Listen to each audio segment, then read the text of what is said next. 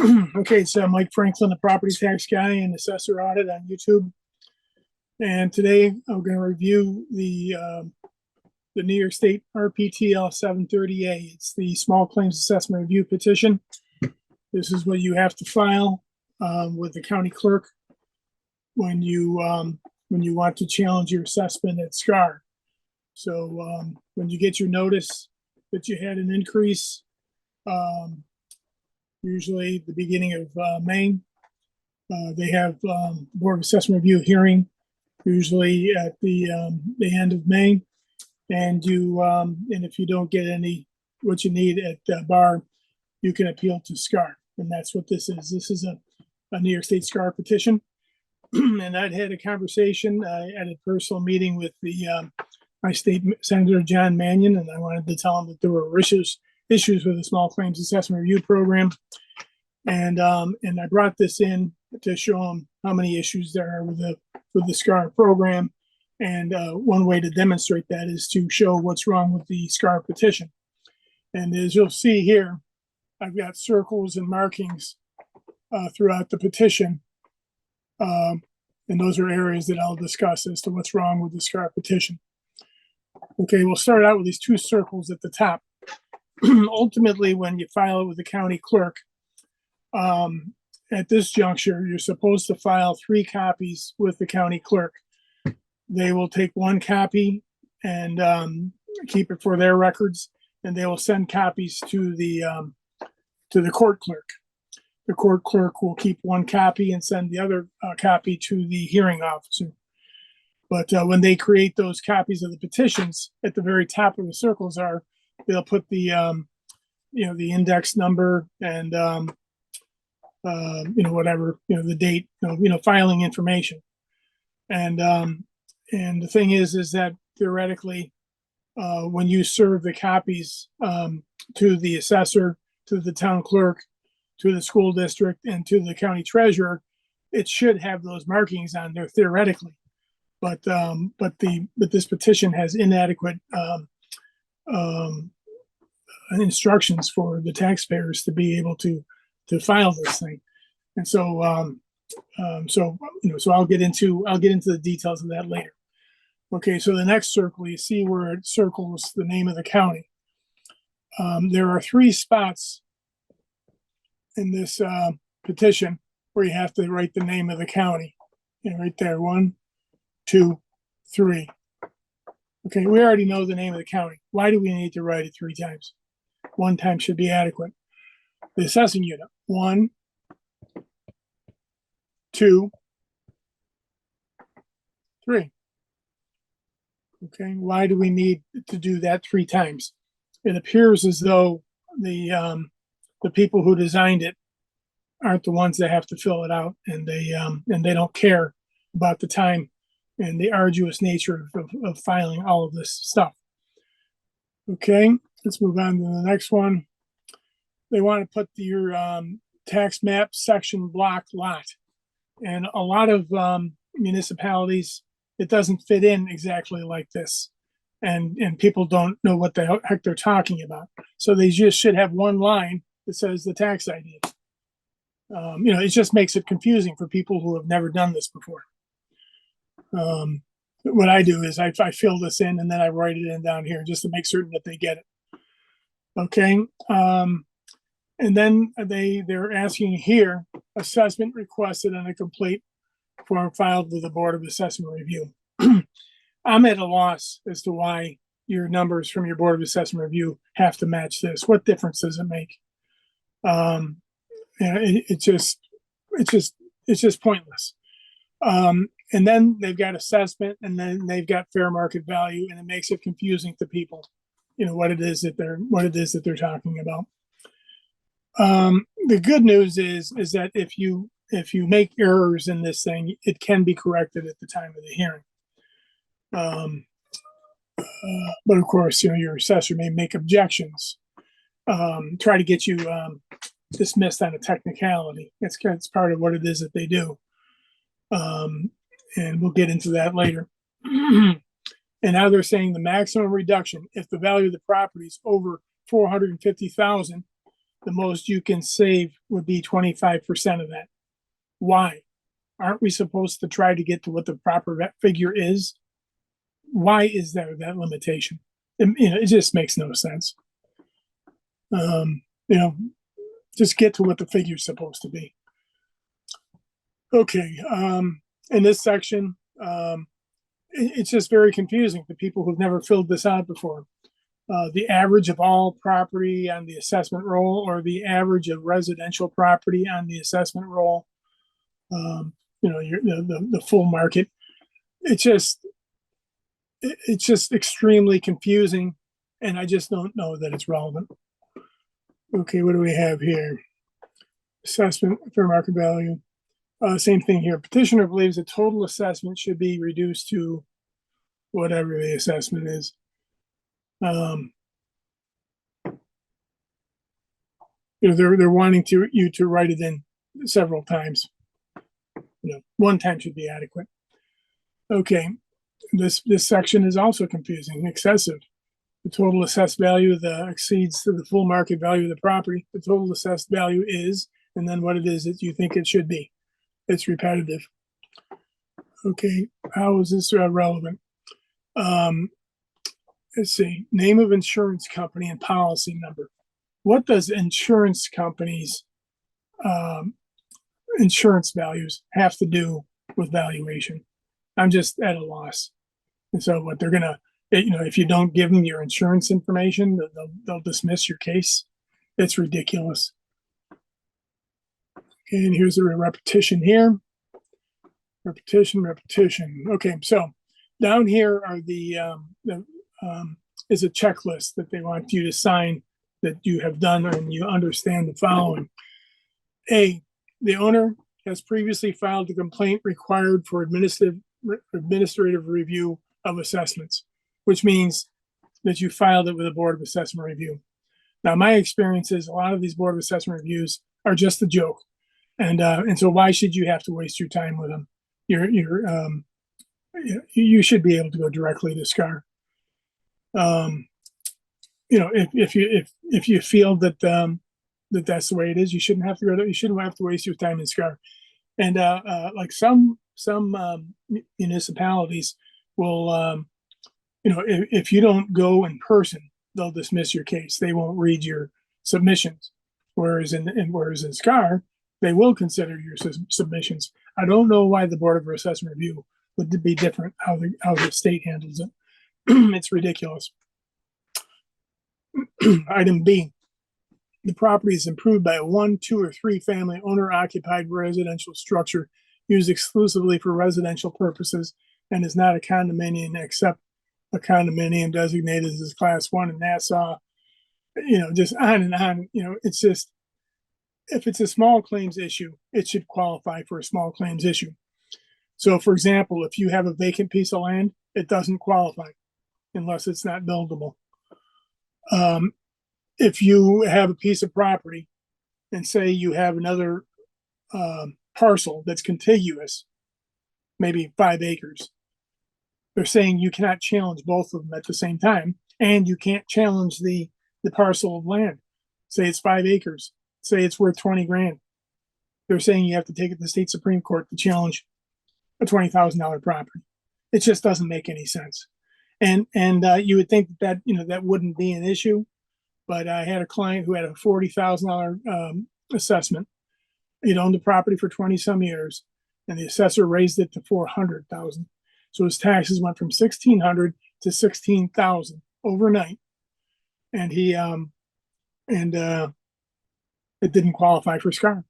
His only option was to go to state Supreme Court because the assessor, was a jackass.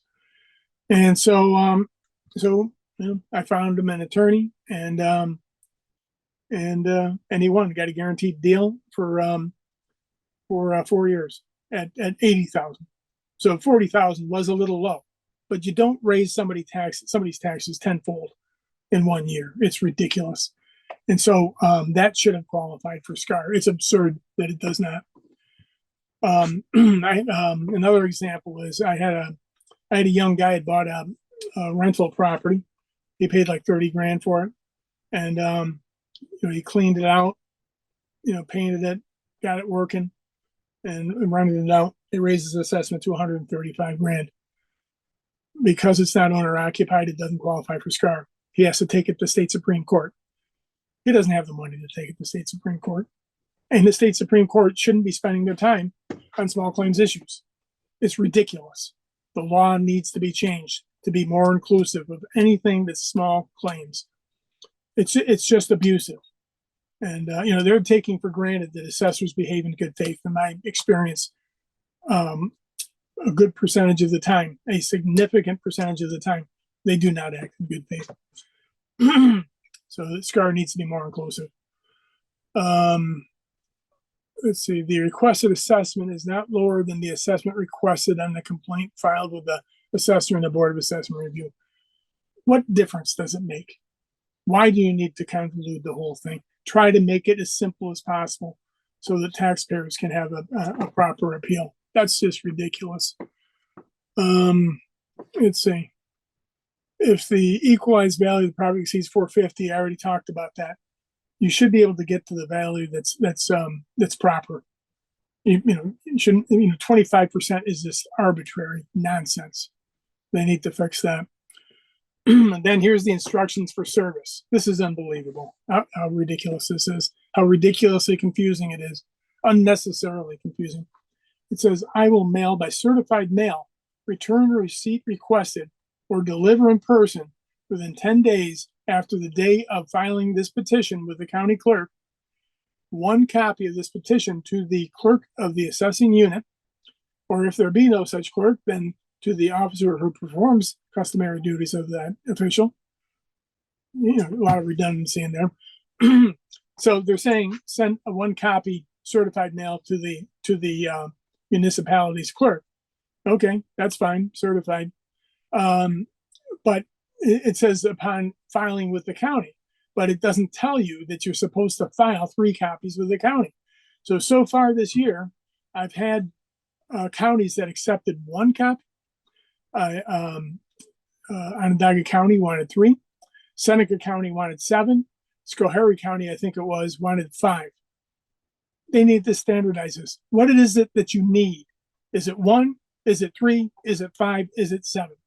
Now, the assessor or the county clerk that insisted I send her 7 or she would not file it, she, it makes sense where she's coming from because she wants to go back to the top where I had these circles.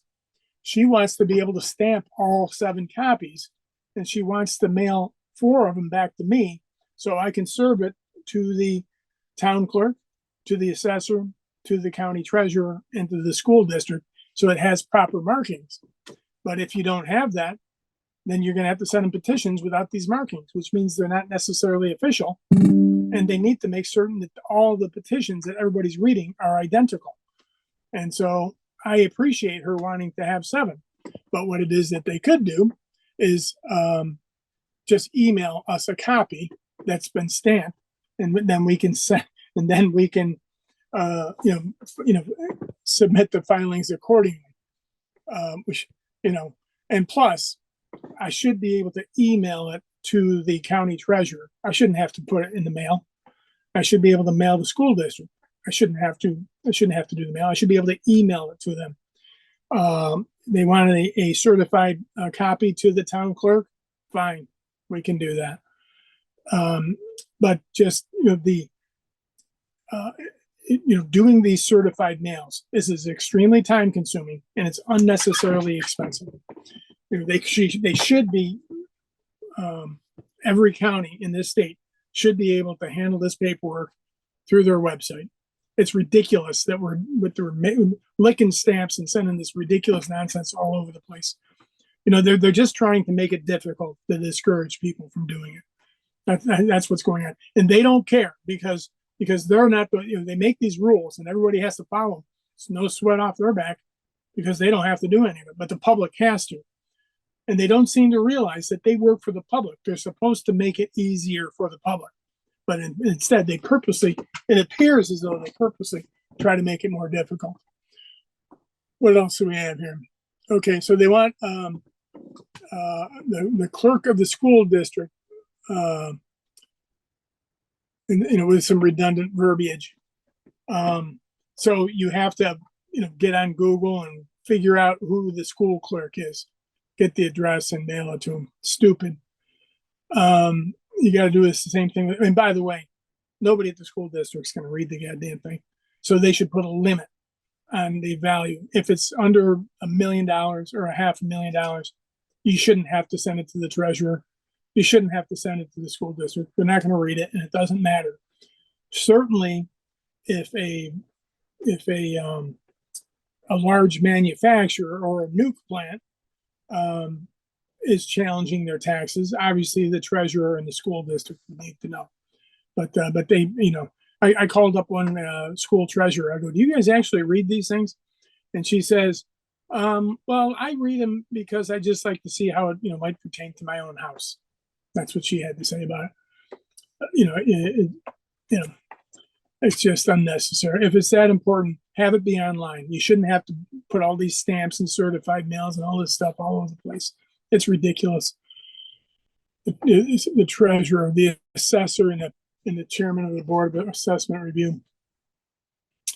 There's just, they haven't changed this law since 1982. Because they don't give a damn. And what happens is it's administered by the unified court system.